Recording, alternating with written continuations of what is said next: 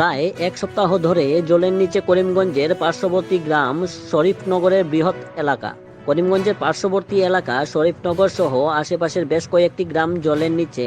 তাই শরীফনগর এলপি স্কুলে 50টিরও অধিক পরিবার আশ্রয় নিয়েছেন। সেখানেও নিচতলায় জল উঠে যাওয়ায় উপরতলাতেও আশ্রয় নিয়েছেন অনেকে। সংবাদ মাধ্যমের সাথে কথা বলতে গিয়ে ওই এলাকার প্রাক্তন সভাপতি হুসেন আহমেদ চৌধুরী পর্যাপ্ত পরিমাণের সরকারি ত্রাণ সামগ্রী সহ অন্যান্য দাবি নিয়ে প্রশাসনের দৃষ্টি আকর্ষণ করেন। আসাম প্রাইম নিউজ 24x7 এর শ্রীবাস দাসের প্রতিবেদন। আরোগ্য মন্দির থেকে আসছি মেডিকেল ক্যাম্পের জন্য। আমরা যা কিছু মেডিসিন ডিস্ট্রিবিউট করুন আর কিছু হেলথ চেক আপ। আপনারা কি দুইজন এসেছেন? আমরা দুইজনে এসেছি, লগে আমার আশা কর্মীরা আছেন।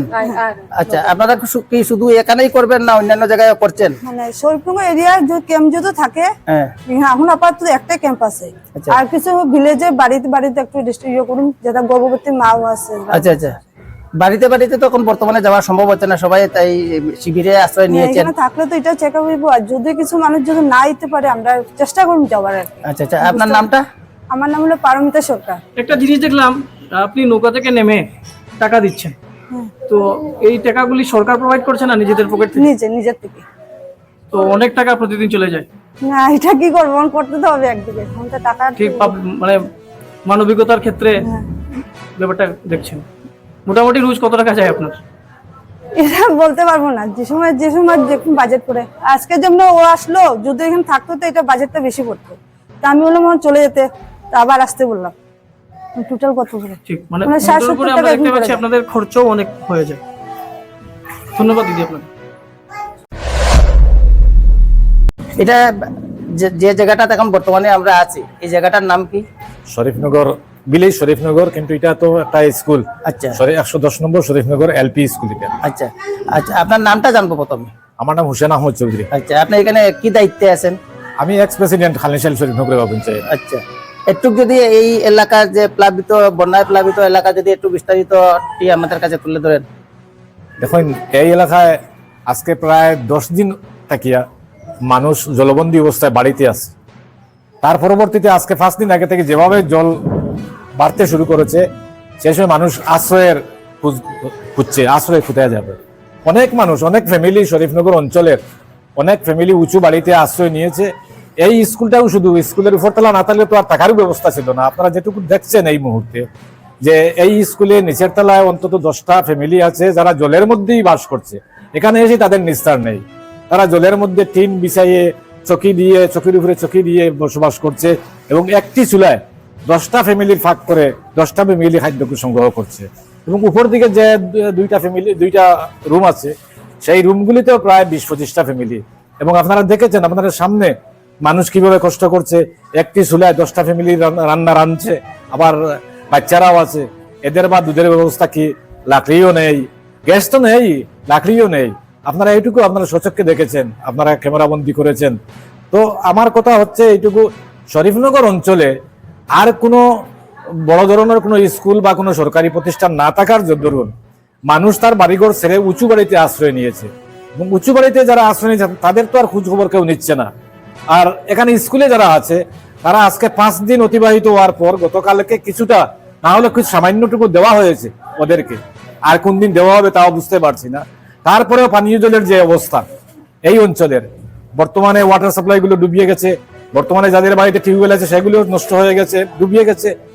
যার ধরুন পানীয় জলের যে অব্যবস্থা, এই লঙ্গার জল তাদেরকে খেতে হচ্ছে। যার ধরুন সমস্ত মিলে মানুষ বড় ভয়ানক পরিস্থিতিতে আছে।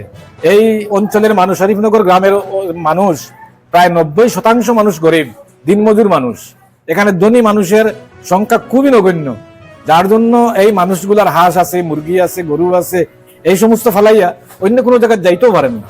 তারা তাদের নিকটবর্তী পার্শ্ববর্তী উঁচু বাড়িতে আশ্রয় নিয়েছে। সেখানে কি আশ্রয় নেওয়ার তো জায়গা ওই বাড়িতেও নেই। যার ধরুন মানে সব মিলে আমি আপনাদের কাছে এইটুকু আবেদন করবো, আপনাদের মাধ্যমে, যে শুধু সরকারিভাবে ত্রাণ দিলে শেষ হবে না, সরকারিভাবে পর্যাপ্ত পরিমাণে এই অঞ্চলে জেনারেল রিলিফের ব্যবস্থা করা অত্যন্ত প্রয়োজন।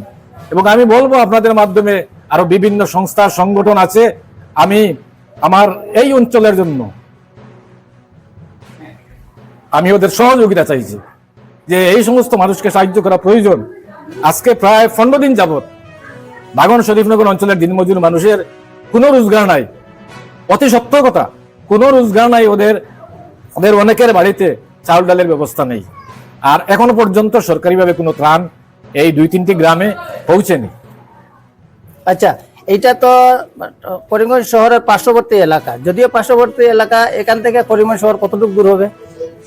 প্রায় 3-3.5 কিলোমিটার দূর হবে। তাহলে যে আপনাদের তো প্রশাসন কাছেই আছে। প্রশাসন কাছেই আছে, রাজনৈতিক নেতৃবৃন্দরাও, কিছু কিছু সংখ্যক রাজনৈতিক নেতৃবৃন্দরাও নৌকায় এসে পরিদর্শন করে যাচ্ছেন, আসছেন, যাচ্ছেন। খবর পেয়েছি অনেক বড় বড় নেতৃবৃন্দরাও আসছেন। তো আমি আপনাদের মাধ্যমে কারোর বিরুদ্ধে কথা বলবো না, আপনাদের মাধ্যমে আমি ওই কথাটুকু বলবো যে এই বন্যার সময়, এই ভয়ানক পরিস্থিতিতে যাতে এখানে এজিপি, বিজেপি, কংগ্রেস বলে কোনো পরিচয় না রেখে মানুষকে সহযোগিতা করার জন্য করিমগঞ্জ জেলার সমস্ত নেতৃবৃন্দ এক হয়ে কাজ করার জন্য আমি অনুরোধ করব। আপনার সরকার থেকে কোনো রিলিফ পেয়েছেন নাকি? এখন পর্যন্ত কোনো জেনারেল রিলিফ এই অঞ্চলে আসেনি। শরীফনগর, বাগন, ফকিরটিলা এই অঞ্চলে কোনো জেনারেল রিলিফ এখন পর্যন্ত এসে পৌঁছায়নি। এই রিলিফের জন্য সরকারের কাছে কোনো কিছু বলবেন না? হ্যাঁ, শুনেছি রিলিফের জন্য আমরাও দৌড়ঝাঁপ করেছি। শুনেছি আজকে বা কালকে রিলিফ বন্টন করা হবে। যেটা দেওয়া হবে সেটাও আমি যতটুকু জানি সেটাও পর্যাপ্ত নয়, মোটেই পর্যাপ্ত নয়। যার মানে দরুন পরিমাণটা বাড়ানোর জন্য আপনি দাবি রাখছেন? পরিমাণটা বাড়ানোর জন্য আমি দাবি করছি, এবং শুধু পরিমাণটা বাড়িয়ে শেষ নয়, আমি বলবো অন্তত পক্ষে 15 দিন পর্যন্ত এই অঞ্চলের জলবন্দী মানুষদেরকে সহযোগিতা সাহায্য করার জন্য। কেননা এরা রোজগার ফাইতে ফাইতে তাদের তো শেষ এসে পৌঁছেবে। যার জন্য আমি বলবো যে এই অঞ্চলে বিশেষ একটা ত্রাণ সামগ্রী পাঠানোর জন্য আমি প্রশাসনের ঊর্ধ্বতন কর্মকর্তা তথা আমাদের মহামান্য জেলাধিপতি, করিমগঞ্জ জেলাধিপতি, ডেপুটি কমিশনার মহাশয়কে অনুরোধ করব।